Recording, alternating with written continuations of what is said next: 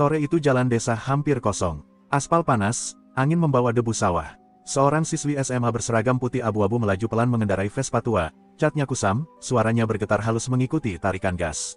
Peluit memecah sepi. Seorang polisi berdiri di pinggir jalan. Seragam rapi, wajah datar, nada bicara tenang, terlalu tenang.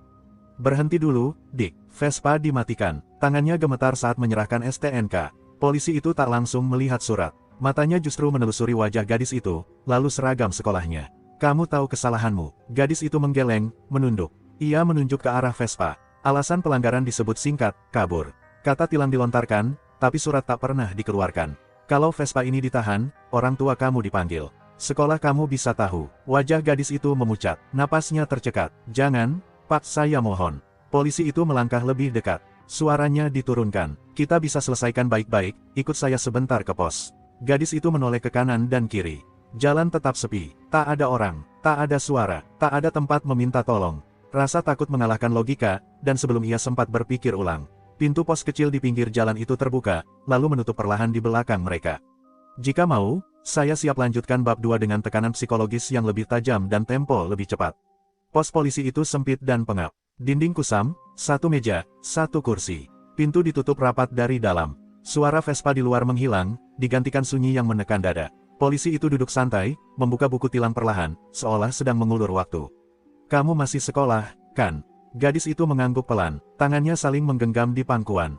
Kalau saya tulis pelanggaran ini, lanjutnya dingin, Vespa kamu ditahan. Orang tua dipanggil, kepala sekolah tahu. Ia berhenti sejenak, menatap tajam. Kamu siap? Mata gadis itu berkaca-kaca. Pak, saya cuma mau pulang. Buku tilang ditutup, senyum tipis muncul. Ada cara lain. Nada suara berubah, lebih pelan, lebih dekat. Ancaman tidak lagi diucapkan dengan keras, tapi terasa di setiap jeda. Gadis itu mundur setengah langkah, punggungnya menyentuh dinding. Kalau kamu nurut, katanya, urusan ini selesai. Napas gadis itu terputus-putus. Kepalanya bergetar menolak, tapi suaranya tak keluar. Seragam sekolahnya terasa berat, menjerat. Tangannya meraih gagang pintu, terkunci. Di detik itu, ia sadar. Ia tidak sedang ditilang, ia sedang dijebak. Dan ketika polisi itu melangkah mendekat, bayangannya menutup cahaya dari jendela kecil. Disitulah rasa takut berubah menjadi sesuatu yang tak pernah bisa ia ceritakan dengan kata-kata. Sejak hari itu, gadis itu tetap berangkat sekolah. Seragam sama, Vespa yang sama, tapi matanya berbeda. Tatapannya kosong, seperti meninggalkan sebagian dirinya di pos kecil pinggir jalan itu. Di kelas, papan tulis bergerak tapi tak terbaca. Suara guru terdengar jauh. Saat bel istirahat berbunyi, ia tak beranjak. Hanya menunduk, menggenggam ujung lengan seragamnya terlalu kuat. Temannya bertanya, ia menggeleng. Ibunya menatap heran di rumah, ia tersenyum paksa. Ayahnya bercanda, ia ikut tertawa, terlalu cepat, terlalu singkat. Malam-malamnya dipenuhi mimpi yang sama. Peluit, pintu tertutup, napas yang tercekat. Ia terbangun dengan keringat dingin, menahan tangis agar tak terdengar. Hari demi hari, tubuhnya melemah. Pagi ia muntah, nafsu makan hilang, wajahnya pucat. Saat ibunya bertanya, ia hanya berkata, mungkin capek, Bu. Di kamar mandi sekolah, ia menatap cermin lama. Tangannya gemetar saat menghitung hari. Perasaannya mengatakan sesuatu yang tak berani ia ucapkan. Ketika hasil tes kecil itu jatuh ke lantai dan 2 garis samar terlihat. Dunia yang ia sembunyikan akhirnya menuntut untuk diakui, dan tak ada lagi jalan untuk berpura-pura. Pagi itu rumah kecil mereka terasa lebih sunyi dari biasanya. Ibu berdiri di dapur, menatap wajah anaknya yang pucat dan lemas. Tak ada sarapan yang disentuh. Tak ada suara Vespa dipanaskan. Tes itu masih di tangan ibu. 2 garis, jelas, tak bisa dibantah. Ibu terduduk, tangannya gemetar, napasnya tercekat. Bukan marah yang datang pertama kali, tapi hancur. Kamu, kenapa bisa begini, Nak? Gadis itu berdiri kaku, air matanya jatuh satu-satu, tanpa suara. Aku nggak mau, Bu. Ayah pulang lebih cepat hari itu. Melihat istrinya menangis, melihat anaknya menunduk, firasat buruk menghantam sebelum satu kata pun keluar. Kenapa? Suara ayah rendah, tapi bergetar. Tes itu disodorkan. Ayah membacanya. Diam, terlalu diam. Kursi ditarik keras. Tangan mengepal. Rahang mengeras menahan amarah yang bercampur rasa bersalah karena tak mampu melindungi. Siapa? Satu kata. Berat, menekan. Gadis itu terisak. Kepalanya tertunduk lebih dalam. Yang, nilang aku, yah. Ruangan seakan berhenti bernapas. Ayah berdiri perlahan. Matanya memerah. Seragam, hukum, kekuasaan, semua yang seharusnya melindungi, justru menghancurkan. Dan saat ayah bertanya lagi, dengan suara yang nyaris pecah. Polisi yang mana? Nama itu akhirnya akan terucap, dan sejak detik itu, tak ada lagi jalan mundur bagi keluarga ini. Ruangan itu sunyi, terlalu sunyi untuk sebuah pengakuan yang akan mengubah segalanya. Ayah berdiri di depan anaknya, menahan diri agar suaranya tidak berubah menjadi teriakan. Polisi yang mana? Ia mengulang, lebih pelan, lebih menekan. Gadis itu menarik napas panjang. Dadanya naik turun tak beraturan. Tangannya gemetar saat perlahan meraih tas sekolahnya, mengeluarkan ponsel lama dengan layar retak. Ia membuka galeri. Sebuah foto terpampang, diambil diam-diam dari kejauhan. Seorang polisi berseragam, berdiri di depan pos kecil pinggir jalan. Wajahnya jelas, namanya tertera di papan dada. Ibu menutup mulutnya, ayah menatap layar itu tanpa berkedip. Dia, suara gadis itu nyaris tak terdengar. Namanya, itu yang tertulis di seragamnya. Ayah mengambil ponsel itu, jemarinya menegang. Bukan orang asing, bukan bayangan, ini nyata. Ada nama, ada wajah, ada seragam negara. Sejak kapan? Tanya ayah. Sejak hari aku ditilang, jawabnya lirih. Sejak pintu pos itu ditutup, ayah memejamkan mata sesaat. Saat membukanya kembali, tatapannya berubah. Bukan lagi ayah yang kebingungan, tapi seorang orang tua yang bersiap bertarung. Kita lapor, katanya tegas. Sekarang, ibu ragu, suaranya bergetar. Mereka polisi, ayah menoleh. Justru karena itu, ia meraih jaketnya, menggenggam ponsel berisi bukti itu erat-erat. Di luar, suara Vespa tua mereka menyala pelan, seperti saksi bisu yang kembali mengingatkan awal semua ini. Dan ketika mereka melangkah keluar rumah menuju kantor yang seharusnya memberi keadilan, mereka belum tahu bahwa perjuangan sesungguhnya baru saja dimulai.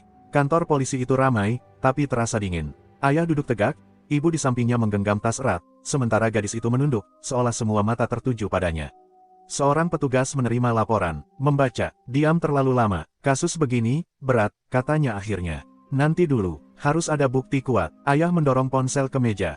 Ada nama, ada foto, ada pengakuan. Petugas itu menghela napas. Itu belum cukup, bisa jadi salah paham. Kata salah paham menghantam seperti tamparan. Ibu mulai menangis. Anak saya masih sekolah. Petugas lain mendekat, berbisik. Nada berubah. Kalau mau cepat selesai, biasanya, damai saja. Ayah berdiri, kursi bergeser keras. Damai, anak saya dihancurkan, lalu disuruh damai. Ruangan mendadak senyap. Beberapa pasang mata saling berpandangan. Tak ada yang berani menatap terlalu lama. Kami catat laporannya, kata petugas itu akhirnya. Datar, tapi prosesnya panjang. Formulir disodorkan, tanpa empati, tanpa janji. Keluar dari kantor itu, ayah berhenti di tangga. Tangannya bergetar, bukan karena ragu, tapi karena marah yang ditahan. Sistem yang seharusnya melindungi justru berdiri seperti tembok. Gadis itu memandang ayahnya. Yah, kita kalah ya. Ayah menatap langit, menggeleng pelan. Belum, di tangannya, ponsel itu kembali digenggam, kali ini bukan sebagai bukti, tapi sebagai senjata terakhir. Dan dari kemarahan yang tak lagi bisa ditahan itu, nama seseorang akhirnya disebut, seseorang yang dikenal tak pernah diam saat ketidakadilan terjadi. Rumah itu tak besar, tapi hari itu dipenuhi orang. Kamera ponsel menyala, bisik-bisik berhenti ketika seorang pria melangkah masuk, wajahnya tenang, tapi sorot matanya tajam. Dedi Mulyadi duduk di depan gadis itu. Tidak bertanya dengan nada menginterogasi. Tidak memotong cerita, ia mendengar sampai selesai. Tak ada air mata berlebihan. Yang ada hanya rahang mengeras. Ini bukan pelanggaran, katanya pelan, tapi berat. Ini kejahatan. Ia menoleh ke ayah dan ibu. Anak ini korban, bukan aib. Yang aib itu pelakunya. Suasana berubah. Kata-katanya seperti membuka ruang bernapas bagi keluarga yang hampir runtuh. Dedi berdiri, menatap kamera. Seragam bukan tameng, ucapnya tegas. Kalau hukum dipakai untuk menindas, maka hukum harus dilawan. Telepon di tangannya bergetar. Satu panggilan dijawab. Nada bicaranya singkat, padat, tak memberi ruang tawar-menawar. Saya tunggu tindakan, katanya. Kalau tidak, saya yang akan bicara lebih keras. Ia menutup telepon, menatap lurus ke depan. Kasus ini tidak boleh berhenti di meja. Di luar rumah, orang mulai berkumpul. Kamera semakin banyak, suara mulai terdengar. Kemarahan publik perlahan bangkit, mengikuti langkahnya. Dan ketika Dedi Mulyadi melangkah keluar, menatap kerumunan yang kian besar. Gelombang tekanan itu akhirnya bergerak, dan tak ada lagi tempat aman untuk bersembunyi. Video itu menyebar lebih cepat dari klarifikasi. Potongan wajah Dedi Mulyadi, suara tegasnya, dan kisah singkat tentang seorang siswi SMA langsung memenuhi layar ponsel banyak orang. Komentar meledak, kemarahan mengalir, nama oknum itu mulai disebut-sebut, meski belum ada yang berani mengucapkannya secara resmi. Media berdatangan, kamera mengarah ke kantor polisi yang kemarin terasa dingin. Kali ini pintunya terbuka lebar, tapi wajah-wajah di dalamnya tegang. Pernyataan dibuat singkat, normatif, tanpa empati. Masih kami dalami, kalimat itu justru menyulut api. Di rumah, ayah melihat layar televisi tanpa berkedip. Ibu memeluk anaknya erat, gadis itu tak lagi menunduk, matanya menatap lurus, meski gemetar. Di sisi lain kota, seorang polisi diperintahkan untuk istirahat sementara. Seragamnya dilipat, senyumnya hilang, teleponnya tak berhenti berdering. Di ruang rapat tertutup, suara meninggi. Nama institusi dipertaruhkan, satu kesalahan lagi, semuanya bisa runtuh. Sore menjelang malam, sebuah pernyataan resmi akhirnya keluar. Kata pemeriksaan disebut, kata etik diucapkan, tapi publik menunggu lebih dari itu. Di depan kamera, Deddy Mulyadi kembali bicara, kali ini lebih tajam. Jangan berhenti di permukaan, katanya. Korban menunggu keadilan, bukan alasan. Dan ketika tekanan itu mencapai puncaknya, ketika semua mata tertuju pada satu keputusan. Hari berikutnya akan menentukan, apakah hukum benar-benar berdiri di sisi yang lemah, atau kembali tunduk pada seragam. Ruang sidang etik itu tertutup rapat. Tidak semua kamera diizinkan masuk, tapi semua orang tahu, keputusan hari ini akan menentukan segalanya. Gadis itu duduk di belakang orang tuanya. Tangannya dingin, nafasnya pendek, setiap suara ketukan pena terdengar seperti hitungan waktu yang menekan. Oknum polisi itu masuk tanpa seragam. Wajahnya kaku, tidak ada arogansi, tidak ada senyum, hanya seseorang yang sadar bahwa perlindungan sudah runtuh. Satu persatu fakta dibacakan. Waktu, lokasi, foto, kesaksian, tidak dramatis. Justru itulah yang membuatnya terasa kejam, karena semua itu nyata. Ayah mengepalkan tangan saat mendengar kalimat penyalahgunaan wewenang. Ibu memejamkan mata. Gadis itu menunduk, bukan karena kalah, tapi karena akhirnya didengar. Di luar ruangan, Deddy Mulyadi berdiri menghadapi media. Etik saja tidak cukup, katanya tegas. Ini harus pidana. Negara tidak boleh kalah oleh pelakunya sendiri. Pintu sidang dibuka, wajah-wajah tegang menoleh serempak. Keputusan etik dibacakan, sanksi dijatuhkan, karir hancur dalam hitungan menit. Tapi satu hal masih menggantung. Hakim belum mengetukkan palu pidana. Belum ada vonis akhir, belum ada kepastian masa depan bagi korban. Gadis itu menatap perutnya yang mulai membesar. Ia tidak butuh balas dendam. Ia hanya ingin keadilan berdiri tegak. Dan saat semua orang menahan napas, menunggu satu keputusan terakhir. Hari esok akan menjawab, apakah luka ini akan dibiarkan menjadi angka, atau berubah menjadi peringatan bagi semua yang berseragam. Pagi itu tidak ada sorak kemenangan. Tidak ada perayaan, hanya udara tenang setelah badai panjang.